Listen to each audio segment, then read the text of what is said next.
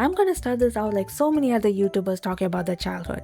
I was a huge loser. All the girls around me had boyfriends or had people that were crushing on them, and they were all super popular and had all these followers on Instagram. Meanwhile, girl, my own mom didn't follow me on Instagram, alright? The only thing following me around was tumbleweeds and crickets. And listen, 15-year-old me, I was still busy watching Sonic and Rose shipping edits, dude. I don't think people were ready to crush on me just yet. So it's safe to say, compared to my friends, I consider myself a loser. I'll let you in on a little secret though. Adult me thinks child me was pretty cool, but she's not gonna realize that for a while. And you know, I feel like if you were insecure at some point in your life, you might have felt the way I did too. So listen, if you still feel that way, I kinda wanna change your POV on yourself, alright? Consider this your TED Talk of the day. Don't take notes cause I'm kinda talking out of my butt right now. But one thing I will say, being hot, it's a scam! Bro, there are so many movies where the main plot is like, oh, I'm an ugly little girl. Oh wait, me having a transformation. And me pretty now. Me have friends now. And now I got my crush to be my boyfriend. Life is good now. Baby girl, coming from someone who did have a glow up, we're getting scammed, alright? Like, I feel like media and society keep trying to sell us this idea like, hey, you should care about how you look and kinda hate yourself as you are so you can doom scroll on our apps while we sell your data to ominous organizations. Oh, and here, you can buy our products because surely it'll fix your life and help you get friends. Like seriously, I had to force myself to stop being insecure because it pissed me off that businesses and media were actively profiting off of it. Dude, I'll tell you how to get people to like you for free. Just talk to people. Like when I was in school, I was stuck in a loop, alright? I barely talked to anyone because I thought people saw me as a loser. And because of that, I avoided conversations, so they assumed I didn't want to talk and they let me have my space. And in my head, I was like, wow, people really do hate me because no one wants to talk to me. You see what I'm saying? It was a self-fulfilling prophecy. I literally had a friend tell me recently how back when we were kids, she found it hard to be my friend because I looked like I didn't want to talk. And that's when it all made sense to me, bro. Like my brain grew 3 meters from the realization. But yeah, once I got into college, I had a quote-unquote glow up. I could have just been cynical and thought, oh, people are being nice to me now cause I finally look nice. But really, I finally managed to escape that line of thinking and I realized I was making more friends because I actually put myself out there and tried to talk to every sort of person. I had enough confidence now to talk to people who I thought were maybe too cool for me, and turns out they were just normal humans. Crazy discovery for me that day, I know. And yes, I know pretty privileged and shallow people do exist. Sometimes people will only talk to you or be nicer to you if you look pretty. And you know, I was one of those people who actively chased that. I wanted to grow up so people would be nicer to me. But now that I think about it, here's the thing. Why would I want to be friends with them to begin with? Like all of a sudden you care about me because I'm hot? Get out of my sight, scram! And that's why I hated these movies. Because you can be loved without having to jump through all these hoops just to look like the people they like. And honestly, if you still genuinely think that you don't fit the beauty standard, I will let you know. You have a superpower, alright? Because now you can smell people's bullshit from a mile away. I mean, so many people used to make fun of me for the way I talk and they immediately assumed I was unintelligent. Sometimes they'll say behind my back to my friends and my friends will tell me about it. And bro, I get happy because I'm like, wow, I got you to show your real colors without having to lift a finger. Easy work. So yeah, in my opinion, I just found more sincere people when I was just being authentic to myself and I felt confident.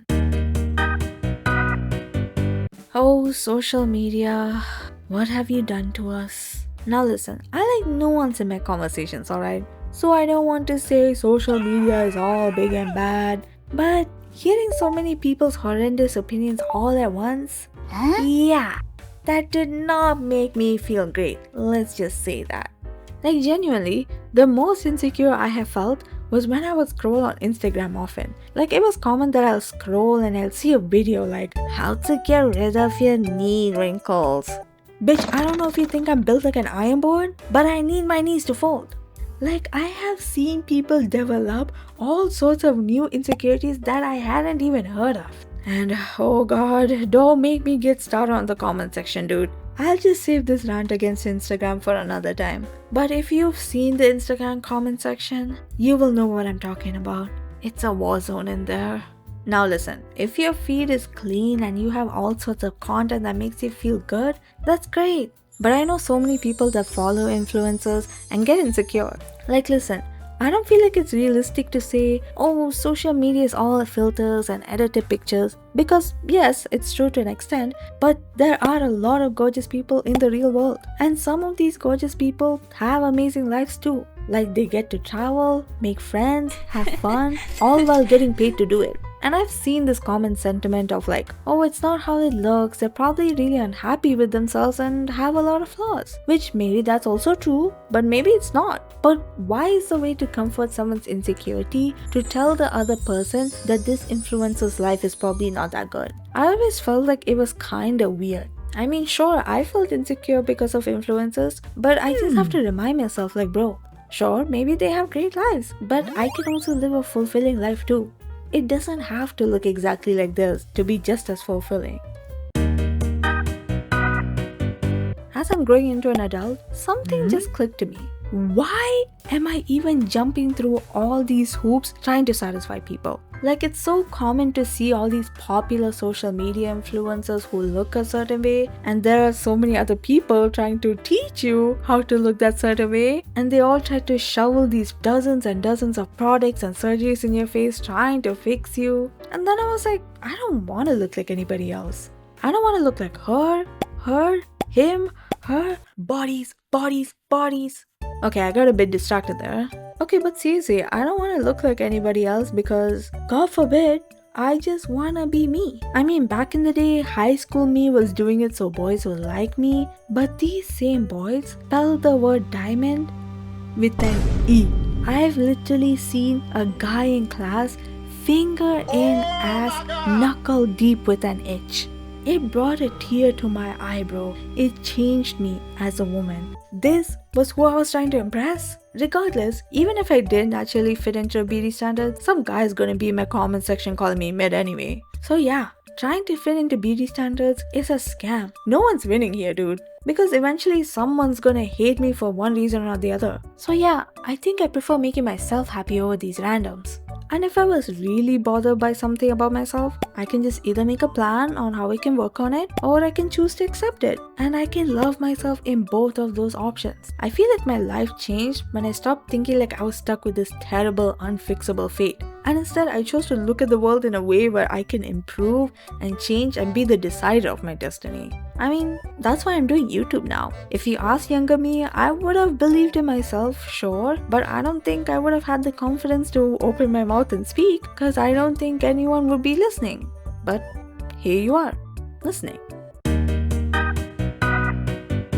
But yeah, honestly, it really is a never-ending race to be the most perfect person. And every time I just think, aren't we worth so much more than that? Like whether or not I look hot or not, I'm still a pretty cool person. Like I'm fun to talk to, I'm a great listener, I'm approachable, I'm funny, I'm smart, I got a billion artistic skills. Oh bitch, I could go on and on, don't stop me.